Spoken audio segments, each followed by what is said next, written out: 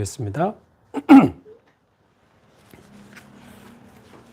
신약성경 베드로전서 2장 9절. 신약성경 약 379페이지쯤에 있습니다. 우리 잘 아는 성경 구절인데요. 베드로전서 2장 9절. 함께 한 목소리로 봉독하겠습니다. 그러나 너희는 택하신 족속이요 왕같은 제사장들이요 거룩한 나라요 그의 소유가 된 백성이니 이는 너희를 어두운 데서 불러내어 그의 기이한 빛에 들어가게 하신 이의 아름다운 덕을 선포하게 하려 하심이라. 아멘.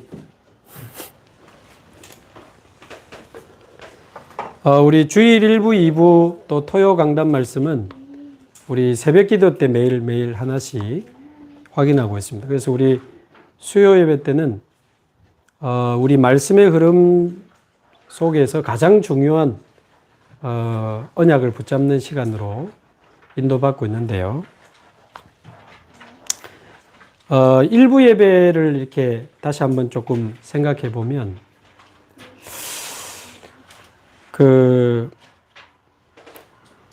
예수님을 지켜본 바리새인들은 예수님을 잡아 죽이려고 했죠. 그리고 예수님과 함께 있던 제자들도 사실은 잘 몰랐습니다. 그리고 심지어 예수님의 가족도 이렇게 예수님에 대해서 사실 잘 몰랐는데 이 마리아라고 하는 이 여자는 사실상 자기의 전 재산이라고 볼 수 있는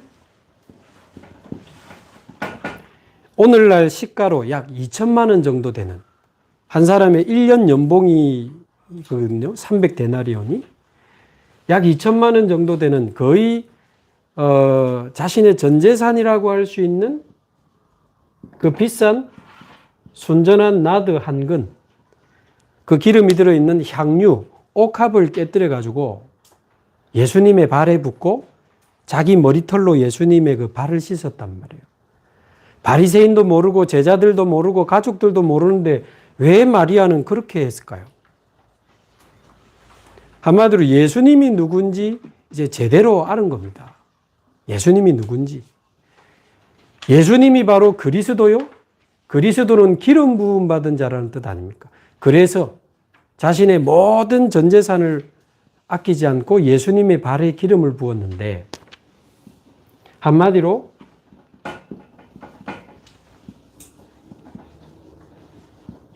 참복음을 본 거죠. 참복음. 예수님이 그리스도라고 하는 참복음을 본 겁니다. 그래서 참복음을 본 자는 아무것도 필요하지 않습니다. 아무것도 아깝지 않습니다. 왜냐? 가장 소중한 걸 받기 때문에, 최고의 것을 받기 때문에, 사실상 모든 것을 받기 때문에 2천만 원이나 되는 그 향유도 아깝지 않게 된 거거든요. 교회 다닌다고 참복음을 다 보고 있는 건 아닙니다.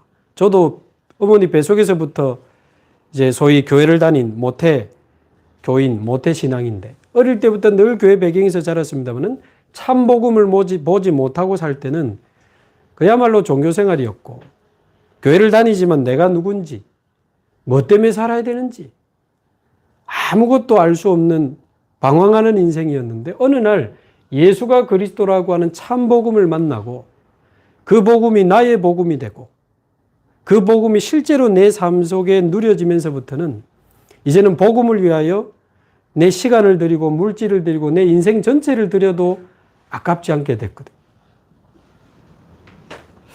그래서 저와 여러분이 오늘 참복음이 뭔지, 참복음을 받다는 말이 무슨 말인지, 참복음을 가졌다는 말은 무슨 말인지, 참복음을 실제로 누린다는 말이 무슨 말인지 오늘 조금 점검할 수 있으면 좋겠습니다. 자, 2부 때 보면 예수님을 3년이나 따라다닌 이 제자들이 오늘 새벽에도 말씀드렸습니다만 사실상 틈만 나면 누가 더 크냐? 내가 예수님의 수제자야.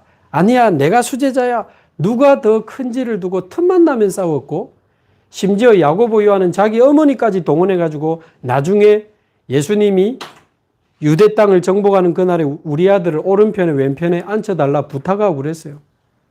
치맛바람 불고 그랬습니다. 심지어 오늘 새벽에도 우리가 확인한 것처럼 예수님이 십자가에 잡히시기 전날 소위 불신자도 아는 그 최후의 만찬의 자리에서까지 누가 더 큰가를 두고 다툼이 있었다고 되어 있거든요.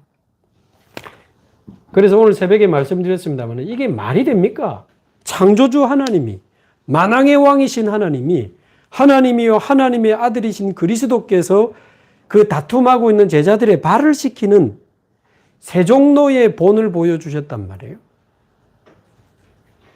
그러면서 너희도 이와 같이 해라 했는데 얼마나 놀랬겠습니까? 자, 그러면 과연 누가 세종로의 삶을 살 수 있을까요? 말하자면 가장 낮은 자리에 들어가서 가장 외롭고 힘들고 어려운 사람들을 살려낼 수 있는 누가 세종로의 삶을 살 수 있을까요? 우리 2부 예배 때 말씀드린 것처럼 이 참복음을 가진 자는 세종로의 삶을 살 수 있다. 왜? 가졌기 때문에 낮아질 수 있는 겁니다. 다 가졌기 때문에. 그래서 내가 하나님의 자녀구나. 왕이신 하나님의 자녀요. 그래서 나는 하나님의 자녀요. 왕의 자녀요. 왕 같은 제사장의 축복을 받은 나는 이제 이 귀한 복음이 증거될 수 있도록 오늘도 제가 아까 뉴스 보니까 광명입니까? 광명에 엄마하고 중학생, 초등학생 두 자녀가 죽었는데 알고 보니까 아빠가 죽였더만요. 어찌 이런 일이 있겠습니까? 이 황폐한 세상에 부모가 자녀를 죽이고 자녀가 부모를 죽이고 아내가 보험 들어놓고 남편을 죽이고 무슨 이런 세상이 있겠습니까? 이 어두운 세상에 이 황폐한 세상에 복음이 없으면 소망 없는 오늘도 필로폰 또 발각이 됐더만요. 정신병, 중독, 마약, 자살로 물들어가는 이 어두운 세상에 복음이 아니면 소망이 없는데 이 복음을 전하기 위해서 세종로처럼 산다? 가능하고 기쁘고 행복한 삶이 될 수 있습니다. 그래서 우리가 정말 참 복음을 가지고 있다라고 하면 세종로의 마음으로 세종로의 모습으로 가장 외롭고 힘든 곳으로 낮은 자리로 가서 모든 사람을 살려내고 최고의 사람을 살려내는 세종로의 삶을 살 수 있다 그 말이죠. 그래서 결국은 참복음을 본 자, 참복음을 가진 자, 참복음을 실제로 누리는 자. 요즘 어떻습니까 여러분? 주일 예배나 이 토요 메시지 요즘 계속 들어보면 유독 그리스도의 삼중직에 대해서 요즘 말씀 많이 하시거든요. 항상 그리스도 이야기 하시지만 아주 구체적으로 왕, 선지자, 제사장 이 그리스도의 삼중직 이야기를 많이 하시는데 제가 이번 주 기도하다가 참복음이 뭡니까? 결국 하나님이 주신 참복음 중에 참복음이 그리스도 아닙니까? 이 그리스도가 참복음인데 이 그리스도께서 하신 일이 이 그리스도의 삼중직이잖아요. 그래서 그리스도는 이 세 가지 중직이라는 말은 중요한 직임, 중요한 직분이라는 뜻입니다. 그리스도께서는 세 가지 중요한 직분을 가지고 세 가지 중요한 일을 하셨습니다. 지금도 하고 계시고요. 그래서 오늘 수요예배 때 그리스도의 삼중직에 대해서 오늘 조금 확실하게 좀 정리하고 넘어가야 된다. 왜냐? 이 성경이 말하고 있는 복음 중에 참복음이 바로 그리스도요. 그리스도의 삼중직을 아는 것이 바로 참복음을 본 자요, 가진 자요. 이 그리스도의 삼직이 내게 성취된 것을 누리는 게 복음 누리는 거거든요. 그러면 오늘 우리 신앙생활 한 지 얼마 안 된 우리 소중한 대학생도 있고 우리 성도님도 있고 또 오래 하신 분도 있고 한데 교회 지금 오래 다니고 작게 다니고 그게 문제가 아닙니다. 이건 모르고 교회 다니는 종교생활 너무 많고 교회 다니면서도 이거 모르고 엉뚱한데 관심 가지고 있는 신자 너무 많아요. 오늘 새벽기도 때 말씀드렸지만 아니 예수님과 함께 있으면서 무슨 누가 더 큰 자냐고 이렇게 싸워야 되겠습니까? 모든 것 대신 주님이 우리와 함께 계신. 그러니까 사실은 복음을 실제로 모르고 못 누리기 때문에 다른 데 관심이 많고 다른 데 자꾸 눈이 가고 다른 데 자꾸 욕심이 생기는 거죠. 그리스도의 삼중직. 구약 성경은 그리스도가 오실 것을 예언한 책이요. 마태, 마가, 누가, 요한 이 사복음서는 그리스도가 오셨음을 증명하는 책이요. 예수가 그리스도. 사도행전부터 계시록까지는 이 예수가 그리스도라는 복음이 땅끝까지 증거되면 그리스도께서 다시 오실 그리스도에 대한 책이 계시록까지란 말이죠. 구약은 오실 그리스도, 사복음서는 오신 그리스도, 나머지 신약 성경은 다시 오실 그리스도. 성경은 창세기부터 계시록까지 그리스도만 말하고 있는데 그 그리스도의 삼중직이 가장 정확하게 설명된 책이 성경입니다. 나중에 말씀을 드릴 건데요. 자, 뿐만 아니고 이 그리스도의 삼중직을 놓치고 중세교회가 완전히 타락했을 때 루터를 통해서 종교개혁이 일어나고 칼빈을 통해서 이제 신학적인 뒷받침을 하게 되는데 칼빈이라고 하는 사람이 이제 1536년쯤에 쓴 들어보셨을 겁니다. 기독교의 가장 중요한 신학적 이제 근본이 되는 기독교 강요. 이 칼빈이라는 신학자가 쓴 기독교 강요. 여기에 보면 그리스도의 삼중직 이렇게 정확하게 나와요. 그래서 선지자직, 제사장직, 왕직.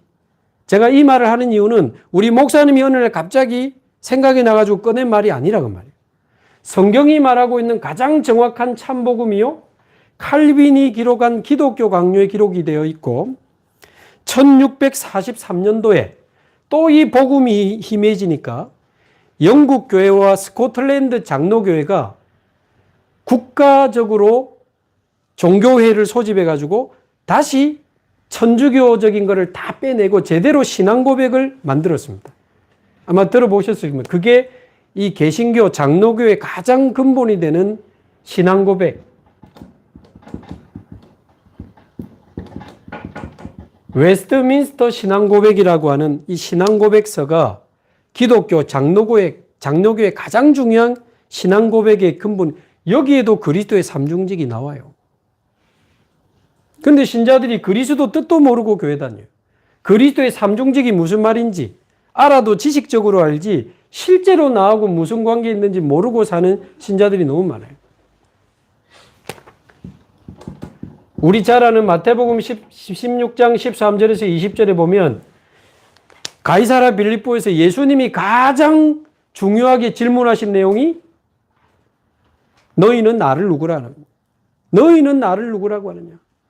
다 틀리게 대답하는데 베드로가 예수님은 그리스도시요 살아계신 하나님의 아들. 이 고백, 그리스도라는 뜻이 삼중직이 포함이 되어 있습니다.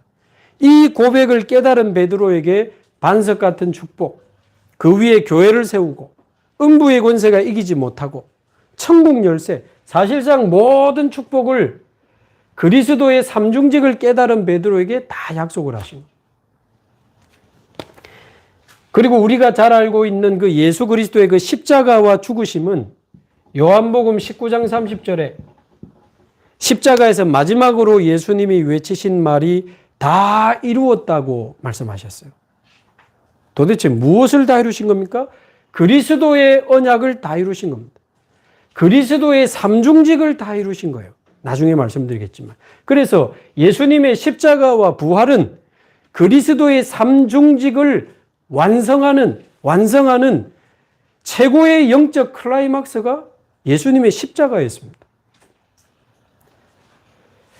그래서 우리가 십자가를 바라보고 십자가 목걸이도 걸고 십자가를 전하고 그것도 좋지만 교회 십자가 탑을 세우고 그것도 좋지만 십자가의 본질이 그리스도요. 그리스도의 삼중직이 완성되는 현장이었다는 겁니다. 자, 나중에 찾아보십시오. 그래서 베드로 사도행전 2장 36절에 보면 이 그리스도의 삼중직을 완성하신 그 그리스도, 부활하신 그리스도를 만난 베드로가 사도행전 2장에 보면 15나라 사람 모아놓고 메시지를 하는데 그 메시지의 핵심이 너희가 죽인 예수를 하나님이 주와 그리스도가 되게 하셨느니라. 베드로의 메시지도 예수가 그리스도라고 하는 이 삼중직을 전했고, 사도행전 5장 42절에도 보면 모든 초대교회 제자들이 성전에 있든지 집에 있든지 예수는 그리스도라고 가르치고 전하기를 쉬지 아니하는, 예수가 그리스도, 그 그리스도 안에 있는 삼중직을 가장 정확하게 날마다 항상 가르친 교회가 초대교회입니다. 사도행전 9장 많이 있지만 22절에 보면 세계복음을 했던 전도자 바울이 다메섹에서 그리스도를 만난 다음에 아나니아를 만나고 눈이 떠지니까 즉시로 나가 뭘 전했죠? 예수는 그리스도라고 증언하니라 그랬습니다. 그래서 예수가 그리스도라는 이 복음이 복음 중의 복음이요 참 복음의 핵심 진리가 되는 겁니다. 예수가 그리스도. 근데 그 그리스도가 무슨 말이냐? 삼중직을 가지고 세 가지 일을 하신 분이 바로 그리스도라고 합니다.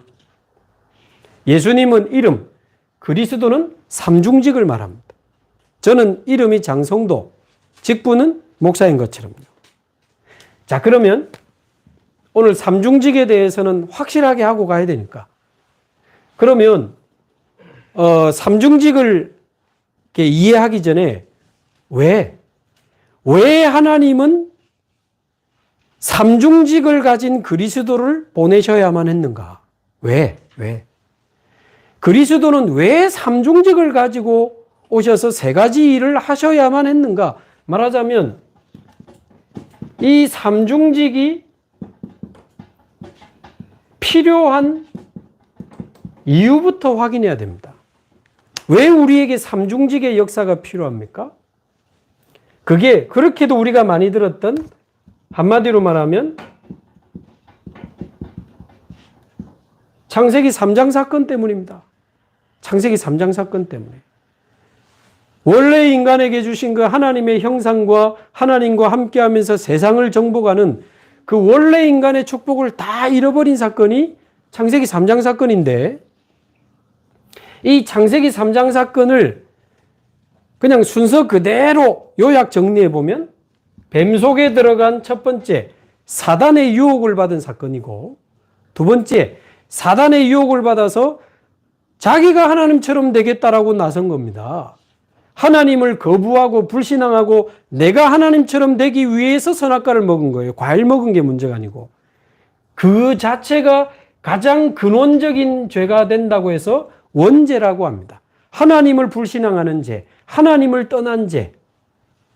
그래서 사단에게 속아서 두 번째, 죄를 짓고, 세 번째, 하나님을 떠나버린 겁니다. 이게 창세기 3장 사건의 세 가지 사건입니다. 창세기 3장이라고 하는 한 가지 문제이기도 한데 굳이 나누면 세 가지 문제예요. 사단에게 속아서 죄를 짓고 하나님을 떠나버린 겁니다. 하나님을 떠나서 에베소서 2장 1절 우리의 영은 죽은 영이 되어버렸고, 원죄에 빠지면서 로마서 3장 23절 하나님께 이르지 못하면서 원죄 때문에 모든 재앙이 찾아오게 된 거고, 사단에게 사로잡히면서 요한복음 8장 44절 마귀의 자녀가 되면서 지옥처럼 살다가 죽으면 진짜 지옥 가는 지옥 배경에 갇혀버린 겁니다. 이 근본 문제 세 가지. 이게 왜 중요한가? 아담 하와 때 끝난 게 아니고 이 창세기 3장이 지금도 계속되고 있는 게 문제입니다. 아담과 하와는 죽었지만 아담의 후손인 이 세상, 저와 여러분을 포함한 모든 사람에게 창세기 3장의 저주는 지금도 계속되고 있는 겁니다. 사실은 나와 이 세상에 살고 있는 모든 사람의 근본 문제가 창세기 3장인 겁니다. 그래서 창세기 3장 이후에 태어난 저와 여러분 모든 사람은 하나님 떠난 영적 상태로 태어나고 원죄를 가지고 태어나고 자기도 모르게 마귀와 지옥 배경 속에서 태어나서 삽니다. 그래서 영이 죽은 상태이기 때문에 하나님을 알 수도 없고 영적인 것을 몰라요.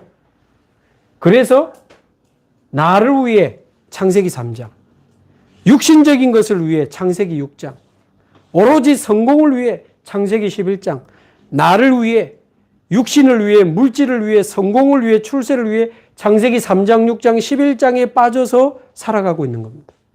살아가고 있는.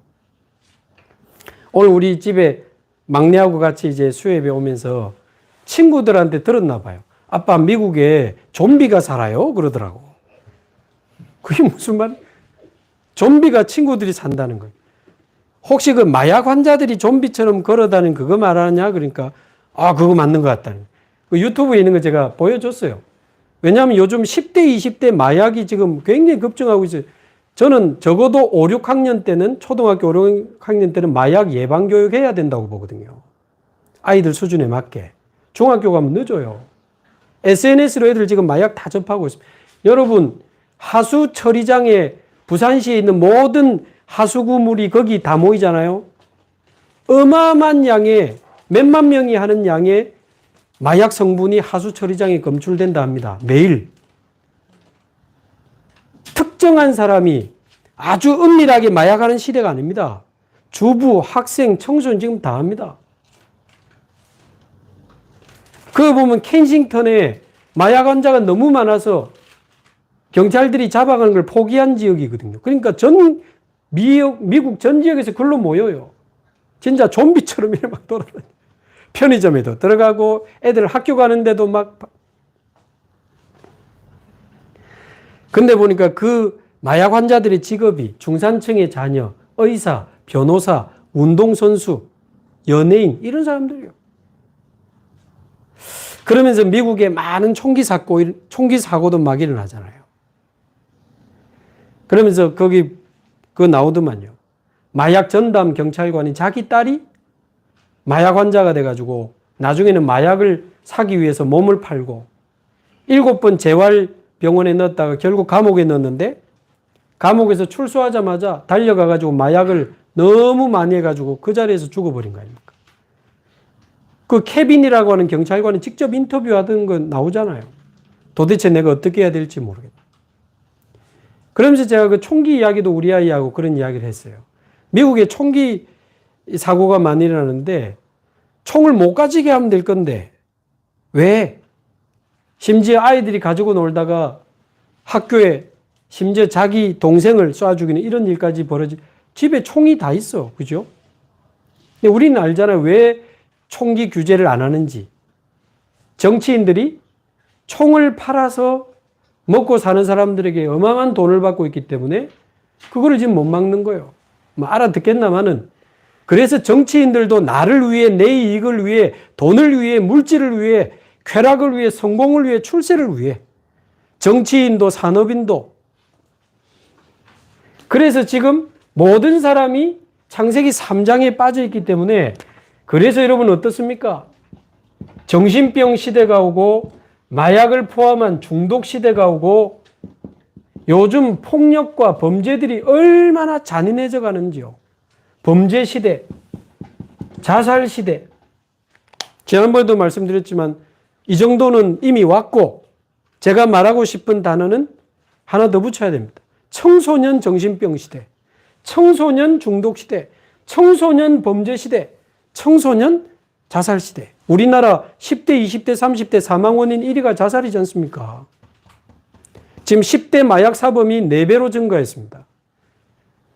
아이들이 이번에 촉법소년 아마 13살로 한 살 내려가는 것 같더라고요. 왜냐하면 아이들의 범죄가 너무 흉악해요. 제가 이게 지나친 표현입니까? 청소년 우울증, 공황장애, 천지입니다, 지금. 어느 날 우리 가정에, 우리 자녀의, 내 친구의 일이 될 수 있다고 말이에요. 자, 이게 사실이라면, 저는 하나님의 말씀에서 사실로 확인이 됐는데, 이게 정말 사실이라면 이 3가지 근본 문제를 해결할 수 있는 자가 와야 되고, 우리의 구원자라면, 우리의 메시아, 우리의 그리스도라면 이 세 가지 문제를 끝내줄 수 있는 분이어야 된다 그 말이죠. 왜? 여기서 모든 문제가 다 왔기 때문에. 여기서 모든 사람, 모든 가정, 모든 나라가 무너지고 있기 때문에. 저렇게 똑똑한 분들이 정치를 하고 있고 저렇게 훌륭한 분들이 경제, 교육을 하는데 왜 정신병은 늘어나고 중독은 늘어나고 범죄는 늘어나고 자살은 늘어납니까? 뭘 더 해야 됩니까? 정치인을 더 뽑아야 됩니까? 대학을 더 지어야 됩니까? 법을 강화시켜야 됩니까? 과연 촉법소년 연령을 낮추는 게 근본 해결이 됩니까? 다음에 더 낮춰야 될걸요. 총기를 못 팔게 하는 게 근본 해결이 됩니까? 들고 쏠 수밖에 없는 그 사람의 영적 상태가 바뀌어야 되는 거 아닙니까? 마약이 근본 문제입니까? 마약할 수밖에 없는 영적 상태가 근본 문제입니까? 우울증이 근본 문제입니까? 공황장애 근본 문제입니까? 그런 문제가 올 수밖에 없는 불안한 마음과 영적 상태가 근본 문제입니까? 하나님을 떠나 있기 때문에, 영이 죽어 있기 때문에, 원죄에 빠져서 사단과 지옥 배경 속에 그렇게 열심히 살고 노력하고 많이 가졌는데도 안 되는 겁니다. 제가 뭐 구체적인 이야기 다 할 수 없지만 그렇게 성공한 가정이에요.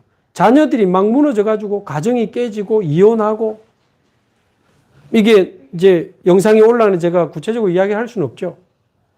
너무 많아요. 자, 그래서 하나님이 구약 성경에 보면 이 창세기 3장 사건이 터지자마자 그리스도를 약속하시면서 그리스도의 삼중직에 대한 구체적인 약속을 하신 겁니다. 그래서 구약은 삼중직을 약속한 책이고 아까 말씀드린 마태, 마가, 누가, 요한복음 이 사복음서는 그 삼중직을 완성하신 내용이 기록된 책이 사복음서고 사도행전부터 계시록까지 나머지 신약 성경은 이 삼중직, 그리스도를 믿는 자에게 삼중직이 성취되기 때문에 그가 삼중직의 대사로 살아갈 수 있는 축복이 성취되기 시작한 게 사도행전부터 계시록 오늘까지입니다. 그래서 구약 성경은 창세기 3장 사건이 터지자마자 그리스도와 삼중직에 대한 약속과 함께 여러 가지 삼중직에 대한 예표 그리고 그림자를 자꾸 보여주셨어요. 어떤 약속을 주셨습니까? 창세기 3장 사건 터지자마자 창세기 3장 15절 여자의 후손이 와서 뱀의 머리를 상하게 할 것이니라. 전에도 말씀드렸지만 계시록 12장 9절 옛 뱀, 곧 마귀라고도 하는 사탄. 뱀은 이때는 사단을 상징합니다. 상하게 하리라. 영어 성경에 보면 크러시로 되어 있습니다. 어떤 친구는 잘못 봐가지고 슬러시라고 이렇게 슬러시 갈아 마시든 박살내든 크러시는 완전히 뭉개뜨리다, 짓밟다, 박살내다라는 뜻이 여자의 후손이 와서 사단의 머리를 박살낼 것이다. 출애굽기 3장 18절 어린 양의 피를 바르는 날 죄 때문에 오는 모든 저주와 재앙이 유월될 것이다. 출애굽. 이사야 7장 14절 보라 처녀가 잉태하여 아들을 낳을 것이요 그 이름을 임마누엘이라 하리라. 다시 하나님을 만나는 임마누엘의 그 이름. 사단을 이기실 참된 왕, 모든 죄와 재앙을 유월시킬 참 제사장, 다시 하나님 만나는 길을 여실 참 선지자에 대한 예표와 그림자를 계속 보여주신 겁니다. 그래서 구약 성경에 보면 뭐 방주 안에 들어갔더니 살았다. 예표입니다. 그림자. 불신앙으로 불뱀에 물린 자가 장대에 달린 노뱀을 쳐다보니 살았다. 십자가에 달리신 그리스도. 근데 왜 장대에 뱀이 있습니까? 사단의 권세를 박살내는 십자가가 바로 그 십자가입니다. 노뱀을 쳐다보고 살았다. 하나님을 만나는 장소였던 성막, 모든 죄를 용서받은 속죄소와 번제의 비밀, 또 모르고 살인한 자가 들어가기만 하면 사는 도피성. 이 모든 구약의 사건들이, 사람들이 그리스도를 예표하고 삼중직을 예표하고 오실 그리스도에 대한 그림자였다. 어떤 신학자가 유튜브에 올렸어요. 내가 곧 길이요 진리요 생미 나로 말미암지 않고는 아버지께로 올 자가 예수님으로만 하나님께로 갈 수 있으면 아브라함은 구원받았습니까? 한나는 구원받았습니까? 다윗은 예수님 태어나기 전에 죽었는데 구원받았습니까? 신학자가 그 질문을 했어요. 오실 그리스도를 보고 믿고 구원받는 겁니다. 오실 그리스도에 대한 그 약속, 예표, 그 언약을 보고 그때는 그게 복음이었기 때문에 여자의 후손을 붙잡을 때, 방주 안으로 들어갈 때, 어린 양의 피를 바를 때 그때는 그게 구원의 기준이었습니다. 그래서 실제로 성경에 보면 창세기에 보면 그 아브라함이 조카 롯을 건져 나올 때 누가 축복하죠? 멜기세덱 제사장. 그래서 모세오경에 제사장 이야기가 나옵니다. 그리고 모세를 시작으로 해서 선지자 이야기도 나오고 많은 구약 성경에 많은 선지자 이야기, 다윗을 비롯해서 많은 왕들의 이야기가 나옵니다. 그래서 모세 같은 선지자 구약 성경에 많이 나옵니다. 모세의 형 아론 같은 제사장, 그리고 다윗 같은 왕. 그래서 구약은 제사장, 선지자, 왕들의 이야기입니다. 많은 선지자들 이야기 나오잖아요. 많은 왕들의 이야기가 나오잖아요. 근데 이게 전부 뭐라고요? 그리스도를 예표한 사람들이고 그리스도를 예표한 사건들이라고 말이에요. 그래서 그리스도라고 하는 눈으로 구약을 보지 않으면 구약 무슨 역사책이고 재미없습니다. 아무 의미 없습니다. 그러나 그리스도의 안경을 끼고 구약을 쳐다보면요. 가장 그리스도를 정확하게 깊이 설명한 책이 오히려 구약입니다. 사복음서는 성취가 된 거지. 구약에 나타난 그리스도의 비밀이 어마어마합니다. 자, 그래서 구약의 삼중직을 이렇게 계속 예표하고 그림자로 나타내셨는데 드디어 그 그리스도께서 오셨습니다. 성경대로 죽으시고 성경대로 부활하신 이가 나타났으니 바로 예수. 예수님이 하나님의 아들이요. 예수님이 바로 그리스도로 오셔서 삼중직을 완성하신 겁니다. 그림자가 아니고 실체가 오셨어요. 실체가 오셨다고요. 예수님은 그림자 중 하나가 아닙니다. 모든 구약에서 설명하던 그리스도의 실체가 바로 예수님입니다. 그래서 마태복음 16장 16절에 너희는 나를 누구라 하느냐라고 했을 때 베드로의 대답, 주는 그리스도시요 살아계신 하나님의 아들이십니다. 그 고백이 그래서 가장 중요한 고백이 되는 겁니다. 사단의 머리를 깨뜨리신 창세기 3장 15절에 그분이시요 모든 죄와 저주 재앙을 해결하신 출애굽기 3장 18절에 그분이시요 다시 하나님 만나는 길을 여신 이사야 7장 14절 임마누엘의 그분이십니다. 이 고백이 예수님은 그리스도. 그래서 요한일서 3장 8절 하나님의 아들이 나타나신 것은 마귀의 일을 멸하려 하심이니라. 마귀의 권세를 멸하신 참된 왕.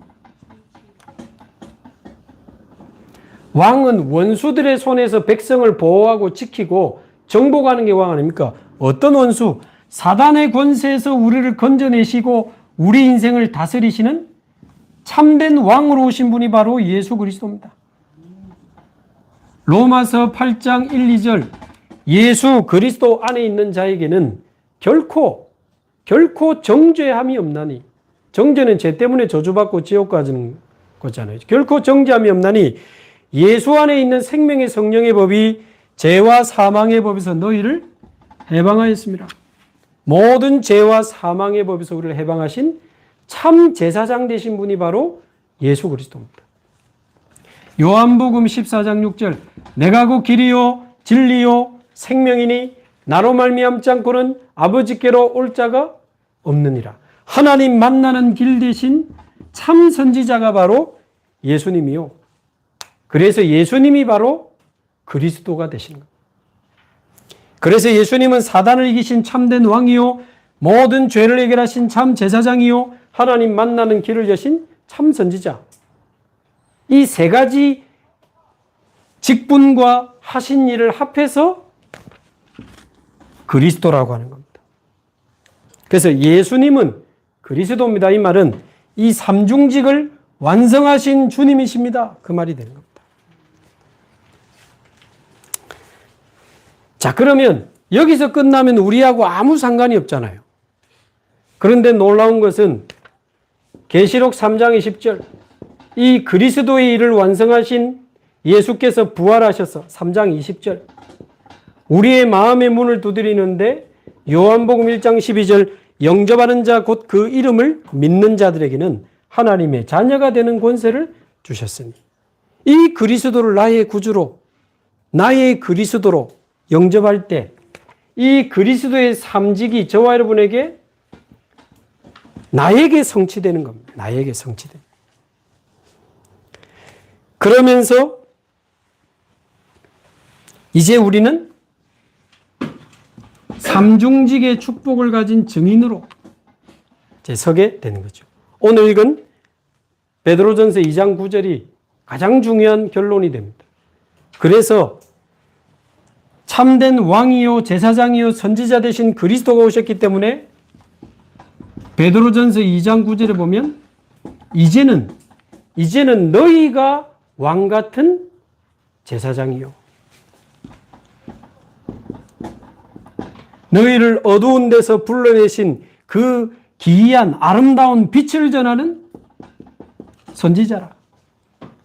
원래 선지자는 하나님의 말씀을 전해서 백성들을 하나님께로 돌아오게 하는 자입니다. 제사장은 예배를 통해, 제사를 통해 모든 죄를 사함받게 하고 죄 때문에 오는 재앙에서 해방을 받게 하는 직분이 제사장입니다. 왕은 원수들의 손에서 백성을 보호하고 전 세계를 통치하고 다스리는 게 왕이라고 말이죠.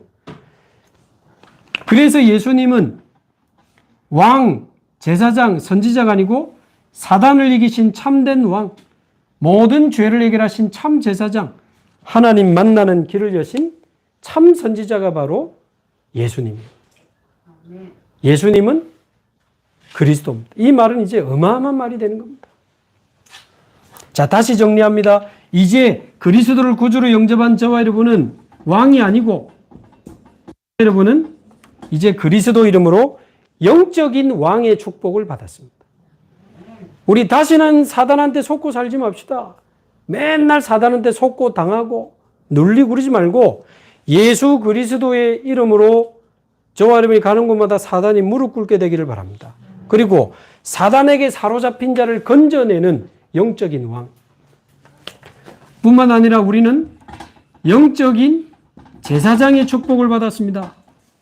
맨날 죄책감에 시달리지 마시고 그리스도께서 끝냈습니다. 다시는 죄의 무거운 짐을 지고 눌리면서 살지 마시고 이제 죄에 눌려서 고통당하고 자살을 생각할 만큼 우울하고 지쳐있는, 많은 죄책감에 죄에 눌려있는 그 무거운 죄짐을 지고 살아가는 자들을 살리고 치유하고 해방시키는 영적인 제사장으로 살아갑시다. 사단에게 사로잡힌 자를 건져내는 영적인 왕, 모든 죄와 저주, 재앙에 무너져가는 자들을 해방시키는 영적인 제사장.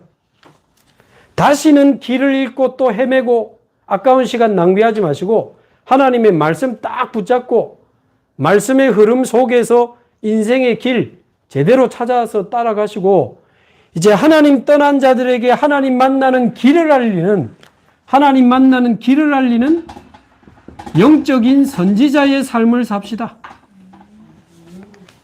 저와 여러분이 이 정도로 축복을 받은 사람입니다. 그리스도로 말미암아 구원받고 하나님 자녀된 정도가 아니고 이제는 사단과 재앙과 지옥 배경에 빠진 자들을 살릴 수 있는 축복을 받은 사람. 우리는 하나님의 자녀요, 전도자입니다. 우리는 그리스도 안에서 다 받았습니다. 이 말할 때 우리 장로님 기침하셨기 때문에 다시, 우리는 그리스도 안에서 다 받았습니다. 할렐루야. 네. 아니, 기침하셔야 되는데 너무 중요한 말 할 때 갑자기 하셔가지고. 그리스도 안에서 우리는 영원한 생명을 가졌 하나님 자녀.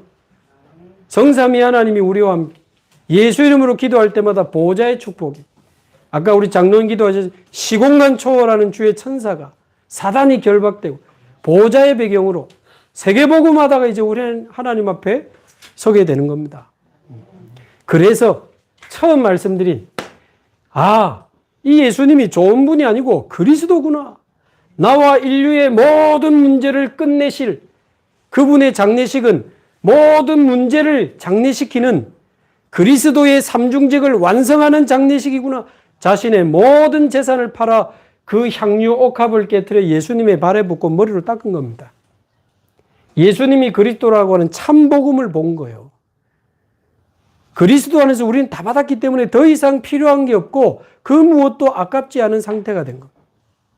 이제 이 복음을 전하는 일에 좀 무시당하면 어떻습니까? 낮은 자리면 어떻습니까? 노예로 들어가서 왕을 살려낸 요셉처럼 저와 여러분이 이제는 가장 낮은 곳에 가장 외롭고 힘들고 지쳐있는 그들에게 그 가정에 그 후대들에게 우리가 찾아가 손을 내밀 수 있기를 바랍니다. 이 복음을 한 번도 듣지 못하고 영적으로 고통당하고 죽어가는 사람들이 너무 많아요. 주일 저녁에 하는 전도제 자반 우리 연제가족들 꼭 들으십시오. 진짜 전도운동 해야 되니까. 앞으로 지금 사역자, 다락방 사역자 조장훈련이 지금 들어갔는데 내 마음에 연제가족 따로 해야 되나 싶어요. 근데 여러분이 들어오면 따로 안 해도 돼. 그래서 지금 우리 연제가족을 포함해서 전도자의 삶을 살기 원하는 분들에게 가장 중요한 이야기들을 지금 시작했기 때문에 왕의 축복을 가진 세종로. 이게 전도자입니다. 왕의 축복을 가진 왕 같은 제사장의 축복을 가지고 가장 낮은 자리로 들어가서 사람을 살려내는 왕의 축복을 가진 세종로가 전도자의 삶입니다. 날마다 스케줄 세워서 오늘 누구에게 이 복음을 전할까? 설레임으로 하루를 시작할 수 있기를 바랍니다. 그게 복음 가진 자요 전도자입니다. 스케줄 미리 저녁에 체크하시기 바랍니다. 스케줄 쭉 체크하다 보면 오늘 누구 만나네? 내가 오늘 어디 가네? 내가 오늘 그 모임이 있네? 그럼 이 사람에게 내가 어떻게 복음을 그 생각만 이제 시작해도 됩니다. 오늘 새벽에도 말씀드렸지만 제가 어제 화요 집회 덕평에 갔다 오는데 우리 교회 식구들하고 버스 타고 가서 집회하고 오면은 불신자 없을 것 같잖아요. 적어 보니까 있어요. 버스 기사님. 저는 항상 우리 교회 장로님이 운전하는 거 말고 밖에서 오는 그 기사님이 운전하는 버스를 항상 타거든요. 2호차. 그 장로님을 위한 운명을 바꾼 선택이라는 소책자를 미리 준비하고 제 이름을 쓰고 기도했습니다. 근데 어제 따라 매달 오시는 분 말고 처음 오신 분이 왔어요. 우리가 타자마자 가요를 틀어놨, 뽕짝을 틀어놨더라. 우리가 교회 팀인 것도 몰라. 그래가지고 저는 얼마나 기쁘든지요. 그래서 휴게소에서 내가 볼 때 제일 비싼 홍삼은 그래봐야 뭐 한 4,000원입니다만은 그거랑 선물 딱 드렸습니다. 뭐 운전하는데 옆에서 막 자꾸 이렇게 괴롭힐 수는 없어요. 근데 이게 별거 아닌 것 같죠? 내 모든 스케줄 속에 내가 복음 전할 계획을 세우고 복음 전할 이렇게 삶을 내가 시작한다? 그게 바로 이제 하나님과 통하는 전도자의 삶이 되는 겁니다. 그래서 저와 여러분이 전도자의 삶을 새롭게 시작하시기 바라고 설레임으로 하루를 오늘 하나님이 영생 주시기로 작정된 자를 나에게 붙여 주옵소서. 우리 그 유명한 무디도 그랬다 합니까? 내가 하루에 단 한 사람에게라도 영혼에 대한 이 복음 이야기를 내가 못했다면 잠을 안 자게 하옵소서. 무디가 그 약속을 하나님과 했다 합니까? 한 번은 집회 마치고 너무 늦게 들어와가지고 생각해 보니까 아직 한 사람에게 불신자에게 복음 이야기를 안 한 거예요. 그 밤에 나갔다 안 합니까? 비가 쏟아지는데 아무도 없겠지? 그런데 어두운 전봇대 밑에 술 취한 남자 한 명이 비를 맞고 있더랍니다. 그래 가가지고 그 사람에게 당신의 영혼은 구원받았습니까? 당신은 죽으면 천국 갈 자신이 있습니까? 이 복음을 전했는데 막 째려보고는 막 욕을 하고 막 당신 지금 나한테 왜 이렇게 무례하게 행동하냐면서. 그리고는 들어왔답니다. 그래도 어쩌겠습니까? 복음은 전했으니까. 근데 며칠 뒤에 이 사람이 밤에 무디 집에 문을 두드린 거예요. 어쩐 일이냐니까 당신 며칠 전에 나에게 그 말을 하고 갔는데 그날 이후로 내 귀에서 자꾸 그 말이 떠나가지가 않는다는 거예요. 그 이야기를 내게 다시 해줄 수 있겠냐. 그래서 찾아와서 이분이 복음을 듣고 예수를 구주로 영접했다는 그런 유명한 일화가 있습니다. 매일 그렇게 드라마틱하지는 않을 수 있겠으나 우리의 마음이 날마다 하나님 오늘도 한 영혼에게 이 복음을 전할 수 있게 하옵소서. 스케줄이 답입니다. 스케줄에 새로운 만남이 없으면 일부러 나가세요. 일부러 기도하면서 공원에도 나가시고 산책도 나가시고. 그래서 이게 복음이 있는 소책자나 자료 딱 준비하셔가지고 선물로 드려도 됩니다. 상황이 되면 복음 전하시고 예비된 사람이면 영접 기도할 수 있도록 도와주세요. 억지로 영접시키지 마시고. 자, 그리스도의 삼중직. 구약에 예언되어 있다가 신약에 성취되고 지금 저와 여러분 안에까지 성취되어져 있습니다. 이제는 저와 여러분이 삼중직의 대사로, 그리스도의 삼중직의 대사로 저와 여러분은 축복을 받은 사람들이기 때문에 날마다 그리스도께 기름 붓듯 나의 주님은 그리스도시요 살아계신 하나님의 아들이심을 고백하고 세종로처럼 겸손히 우리 삶 속에서 현장에서 복음을 전하는 일에 쓰임받는 저와 여러분 되기를 주님의 이름으로 축복합니다. 우리 같이 한번 기도하고 마치도록 하겠습니다. 오늘 말씀 붙잡고 합심해서 같이 한번 기도하시고 우리 연재 복음화를 위해서 기도해 주시고 전도자의 삶을 살 수 있기를 기도하면서 마리아처럼 나의 향유옥합을 깨뜨리고 세종로 같은 마음으로 전도자의 삶을 살아갈 수 있도록 우리 합심해서 같이 한번 기도하겠습니다. 살아계신 하나님 아버지,